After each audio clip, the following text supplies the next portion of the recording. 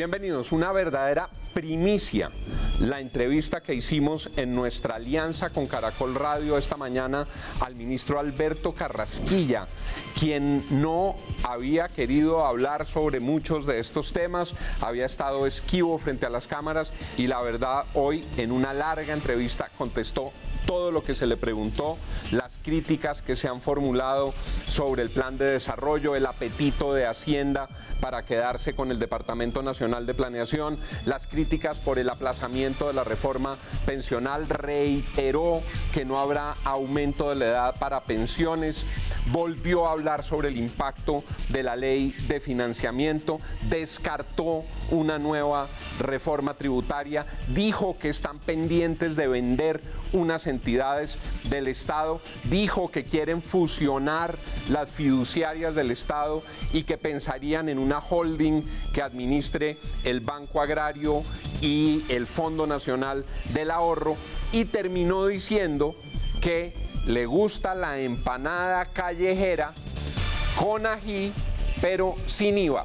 Aquí los momentos más importantes de nuestra entrevista exclusiva en la alianza con Caracol Radio con el ministro Alberto Carrasquilla en este programa especial de Al Punto en la noche de hoy. Bienvenidos. Ya tenemos aquí en la mesa de trabajo de Caracol al señor ministro de Hacienda y Crédito Público, doctor Alberto Carrasquilla. Ministro, bienvenido. Muchísimas gracias, Darío. ¿Por qué ha estado tan callado?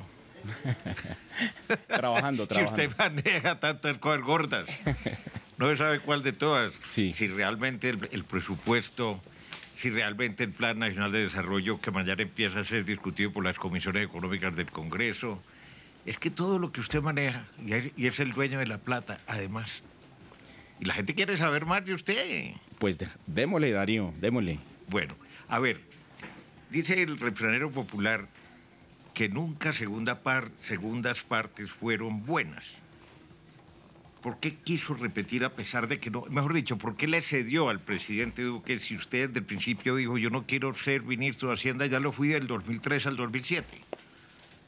Me parecía interesante el momento, creo mucho en el presidente, le tengo muchísimo aprecio y muchísimo respeto y lo quiero acompañar. Entonces mis consideraciones personales pasaron a segundo plano y quiero trabajar con él, lo respeto, lo aprecio. Ministro, hay una discusión frente a lo que proponen en relación con los subsidios. La gente dice, gasto suntuario, bien que lo recorten, burocracia, bien que lo recorten, que le echen tijera a los excesos en el manejo de la cosa pública, pero hay críticas muy fuertes a lo que viene en el plan de desarrollo en materia de recorte de subsidios.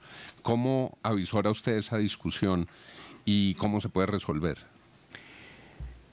Los subsidios son parte esencial de la política pública en cualquier país del mundo y Colombia no es la excepción. Nosotros, con toda la razón, pensamos que, como colombianos, pensamos que la población más vulnerable tiene que ser atendida en términos de sus necesidades básicas insatisfechas y tenemos que hacer una política pública que transfiera recursos de la gente más pudiente a la gente más vulnerable. Eso es absolutamente correcto, eso es absolutamente cierto y eso es el caso en todos los países del mundo. Sin embargo, hay momentos en los cuales los subsidios se entregan a personas que no están entre la población más vulnerable. Entonces, uno tiene que ser muy consciente de que los subsidios tienen que ser canalizados, focalizados a la población más vulnerable y no a la población que no es vulnerable. No se trata de eliminar subsidios a la población vulnerable y necesitada. Se trata de eliminar subsidios para la gente que no los necesita. Pero, por ejemplo, en energía, ministro, proponen reducir el subsidio del estrato 1. El estrato 1 no tiene ninguna capacidad excedente en su bolsillo. Cada peso que le quiten a un hogar de estrato 1 es un peso que se le quitan a la comida del estrato 1. Nadie está diciendo que le quiten los subsidios, Juan, al estrato 1. Nadie está planteando eso. Pero hay una reducción propuesta. Hay una pequeña reducción, devolverlo a lo que era el caso tradicionalmente. Se introdujo un sobresubsidio, por decirlo de alguna manera, que elevaba de 50 a 60% lo que era tradicional en Colombia. Hoy en día lo que existe sobre la mesa es ese 60%. Nadie está diciendo que lo recorten, simplemente es volver a lo que es sostenible macroeconómicamente, que es ese 50%. Es decir, la mitad de la cuenta en materia de electricidad del estrato 1 se va. Nadie está diciendo que se le quite, por ningún motivo. Vámonos a reforma pensional, ministro. Usted era partidario de presentar rápido la reforma pensional. La ministra de Trabajo dijo que se debía aplazar la reforma pensional. El presidente Duque había dicho en campaña que no iba a subir la edad de jubilación. ¿Cuál es hoy la posición del Ministerio de Hacienda frente a la reforma pensional y a ese proyecto que se está elaborando para presentar pronto en relación con edad, en relación con topes y en relación con montos máximos de tributación de quienes reciben las pensiones más altas? Mire, vamos por partes. Primero, lo más importante que tenemos que resolver en Colombia es el problema de la cobertura. Nosotros estamos hablando de que el 75% de la gente en edad de estar pensionada hoy en día no está pensionada, no recibe una mesada pensional y no tiene ninguna razón para esperar que lo haga. Si nosotros no arreglamos ese problema y dentro de 25 años o dentro de una generación volvemos a repetir eso, perdimos el año, no hicimos nada. Entonces, primero quiero decir, el problema principal es el problema de cobertura, tenemos que resolver. Segundo, es correcto, el presidente ha dicho que no se tocarán las edades, no se van a tocar las edades.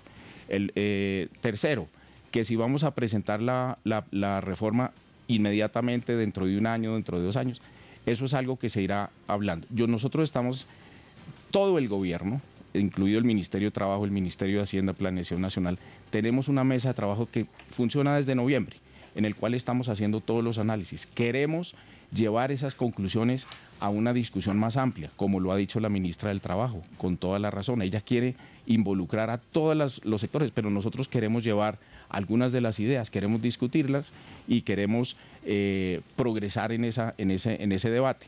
No vamos a llevar nada al Congreso que no haya sido debatido, como lo ha dicho la ministra. No se trata de una fecha, sino se trata de un argumento. El argumento es: queremos llevar algo que haya sido discutido, consensuado, etc. Tenemos unas ideas, queremos discutir. Ministro, en salud hay un hueco colosal y uno de los problemas más fuertes es el saldo acumulado de lo no post del subsidiado que se lo habían pasado a las gobernaciones. Los gobernadores dijeron: nosotros no vamos a pagar eso más, eso no nos corresponde. El ministro de Salud hizo un acuerdo con ellos y hay un principio de ese acuerdo recogido en el plan de desarrollo que llaman acuerdo de punto final. El Ministerio de Hacienda lo avala, está de acuerdo con que eso que pagan hoy las gobernaciones vuelva al gobierno central con una fuente de recursos. Totalmente identificado con eso, Juan. El problema en materia de salud en Colombia es grave y lo más grave es la negativa que hemos tenido durante muchos años de reconocer unas deudas como deudas. No las acumulamos como deuda pública explícita, las tenemos, por decirlo de alguna manera, debajo del tapete. Lo que nosotros queremos hacer, y así está en la propuesta de Plan Nacional de Desarrollo que se empieza a discutir en estos días, es reconocer esas acreencias como acreencias de verdad.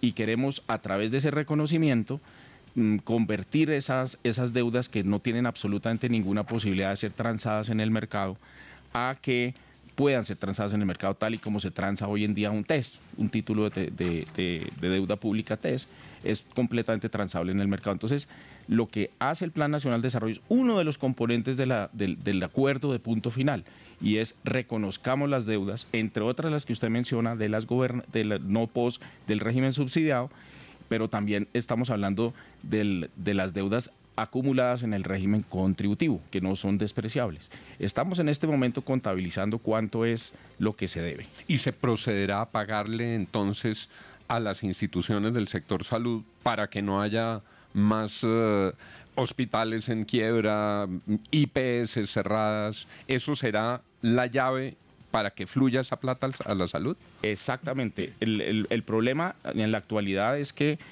las aseguradoras, es decir, las EPS, tienen unas acreencias por cuestiones acumuladas, en esencia de lo que usted menciona del no post, que hoy día ya no se llama no post. Esas acreencias les impiden a las EPS pagarles a los prestadores tanto a los hospitales, a las clínicas, a los centros de radiografías, a todos los prestadores de los servicios, no les pueden pagar sencillamente porque no tienen la plata. El gobierno lo que quiere hacer es darle salida a este gran problema, a este gran taco, como dicen en Medellín, o este gran trancón, como decimos en Chapinero, y lo queremos hacer a través de la entrega de títulos que sean comercializables, dado que no tenemos la plata para hacer un cheque, nos tocaría un sobregiro. Mire, ministro, hay dos cosas. Me piden las personas en el Twitter claridad sobre si hay o no hay una nueva reforma tributaria, porque digamos eso sí nos influye en todos y la posibilidad de que vayamos o no a pagar más impuestos. De ninguna manera voy a plantear que va a haber una reforma tributaria, de ninguna manera, es decir, es absolutamente incorrecto decir que con la información que tenemos hoy vaya a haber una reforma tributaria, ni la más remota posibilidad, ni se está pensando, ni se está construyendo. Artículos del Plan Nacional de Desarrollo sí tienen artículos que tienen que ver con impuestos. Muy poquito, es decir, digamos que no soy capaz de reconstruir cuáles tienen que ver. Sí. Ministro, piden en el plan de desarrollo unas facultades muy amplias para reformar el Estado. ¿Hacia dónde van esas facultades? ¿Qué entidades quieren suprimir? Nuevamente, el tema del papel amarillo y el papel verde. Es decir, cuando tengamos el papel, yo voy a decir el papel es rojo, pero no puedo usar. Esas facultades se solicitan para reestructuración y no es la primera vez que se hace. Es bastante tradicional en Colombia pedirle al Congreso de la República que le dé una confianza al gobierno nacional para no tener que ir con 25 leyes diferentes y ser capaz de fusionar, de eliminar, de racionalizar diferentes partes del Estado. No me cuente todo lo del papel amarillo, pero por lo menos los titulares del papel amarillo. ¿Hay alguna entidad que ustedes tengan en mente que digan esta entidad es grasa burocrática o no conviene o se puede fusionar y hay que echarle tijera? ¿Una, dos, tres entidades que ya tengan identificadas? Pues el Estado tiene, por decirle algo, Juan, tiene varias fiduciarias. No tiene mucho sentido que haya tantas. Con las mismas funciones podría haber. El Estado tiene una separación en materia de sus tenencias en el sector financiero. Entonces, tal y como sucede en los grupos económicos, sería muy racional, habría muchas posibilidades de sinergias si se trataran esas diferentes propiedades como una especie de holding financiera. El Estado tiene duplicidad de funciones en otros sectores. ¿Para ponerle nombre una holding que recoja, por ejemplo, el Banco Agrario y el Fondo Nacional del Ahorro? Por ejemplo, una holding que contenga el Fondo Nacional del Ahorro y el Banco Agrario, por ejemplo.